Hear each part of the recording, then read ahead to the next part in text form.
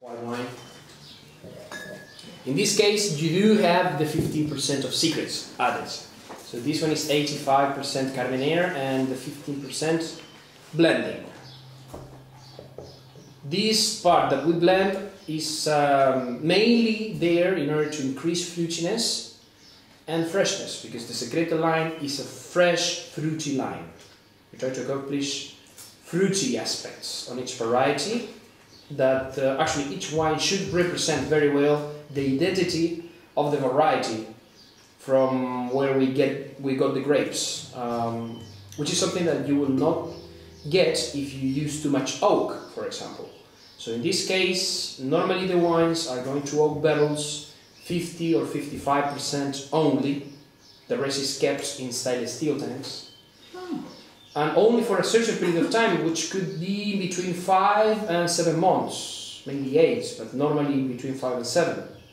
After this process is over, the winemaker will blend the portion that went to the barrels with the portion that was kept in stainless steel tanks, and he will decide the proper blending there.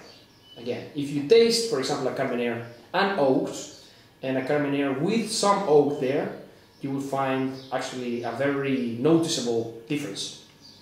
And when you blend, you have the possibility of choosing what you want on your wine.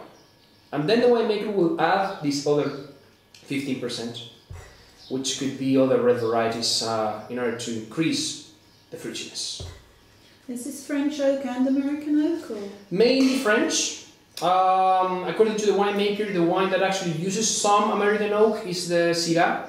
Right. The Carmenere, I think, is pretty much French oak, which is shared in between first, second, third usage barrels. Alright, they're not first, because that's, you said that's the icon. Yes, well, the icon wine will use mainly new, but even that one could use a little bit of used barrels as well. For us as a winery, the most important thing is to keep the fruitiness in each wine. So we normally try to be very wise when we use the barrels, and we use them 4 or 5 times. So which year is this one? 2011. This is brand new, last vintage again. Tell me about the growing year. Was 2011 difficult? Less difficult than 2010. I can tell you that. It was a good year actually. It was dry. Yes, it was dry. We didn't have much rain. I think we had the normal amount of rain we can have every year, which is around 500 or 600 millimeters.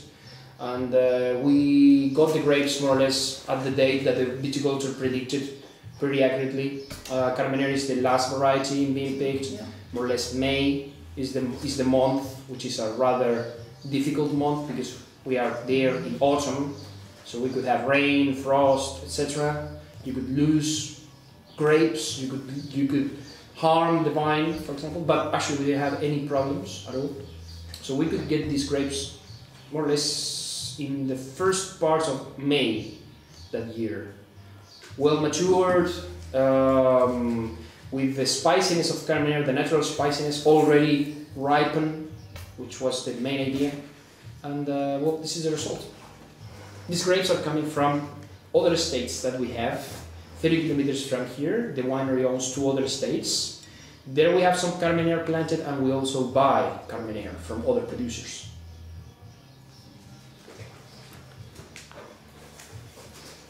Secreto. It smells very dry. I know that's a funny thing to say, but it just smells very dry to me. Maybe you can find these black pepper or paprika aromas. These green peppers, which in Chile everybody eats. Green peppers. And I think the aroma is there, and the black pepper flavor, aroma is there too. There's a little vanilla in there, isn't there? Yes, that is the influence of the oak. I don't often smell that, but I can actually smell that one today. There's a little vanilla coming out of that, which I don't normally smell. It's very well combined with the spiciness of the wine. The other thing is the wet soil, like after the rain, this soily aroma. Wet soil, that's what it is, wet soil.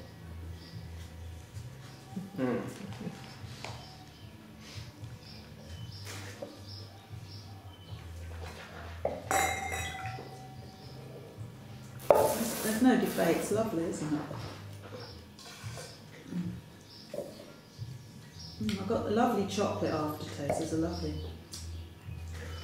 I agree with you. You get the chocolate, but not the smoke, maybe because we try to be very wise when we use the barrel here. In other wines where we can use more oak, actually you will be tasting a Carmenere Gran Reserva, which was kept in barrels for 10 months. So the fume comes through. Maybe you can feel some of it, some of these toasty flavors aftertaste, or flavors after you have drinking the wine.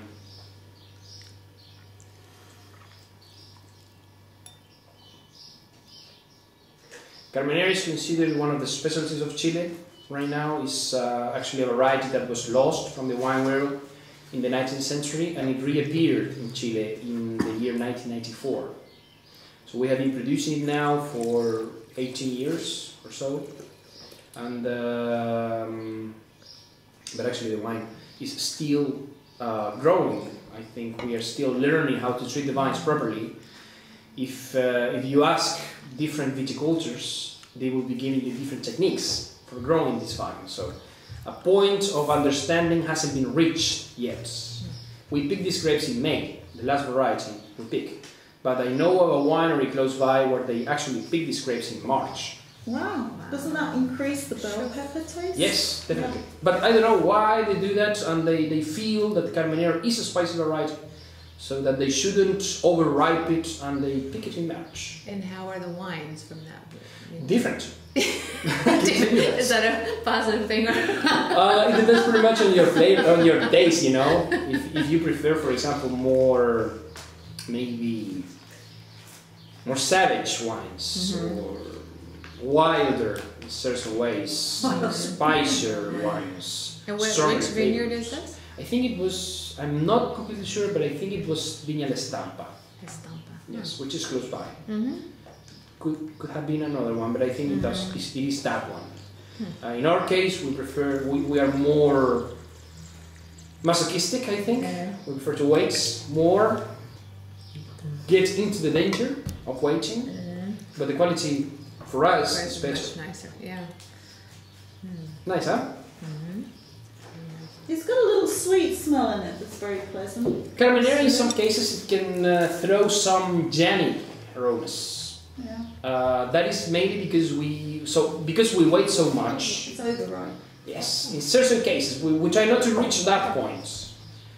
But some grapes could come a little bit overripen, if you can say that. It's almost a lavender in there. It's very nice, as usual.